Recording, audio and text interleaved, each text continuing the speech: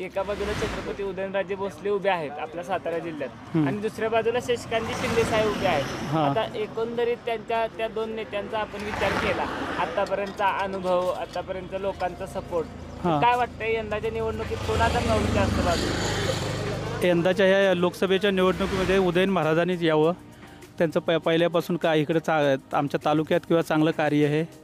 त्यांचे दुसरे बंधू शिवेंद्र बाबा आमच्या कुठच्या आमदार साहेब आहेत. तर त्याच लोकांनी यावं असं आमची इच्छा आहे. तरी कुठल्या पद्धतीची कामं केली? म्हणजे आमच्या गावात इरिगेशन पाण्याची पाईपलाईन म्हणा किंवा किरकोळ गावातले मंदिरा देणगी किंवा रस्ते वगैरे अशी बरीचशी कामं त्यांची केलेली आहेत. अशी बरीचशी कामं आहेत त्यांची. आता उदयनराजे भोसले यांच्या विरुद्ध शशिकांत शिंदे, मग काय टक्कर देऊ शकणार आहेत ते शशिकांत शिंदे? शशिकांत शिंदे आणि त्यांच्यापेक्षा उदयन महाराजांचं काम चांगलं आहे, त्यामुळे आता टक्करचा विषय हा त्यांचा आहे. पण आमच्यासाठी तर उदयन महाराजाचं यावे अशी इच्छा आहे. अजून तुमचं सर उदय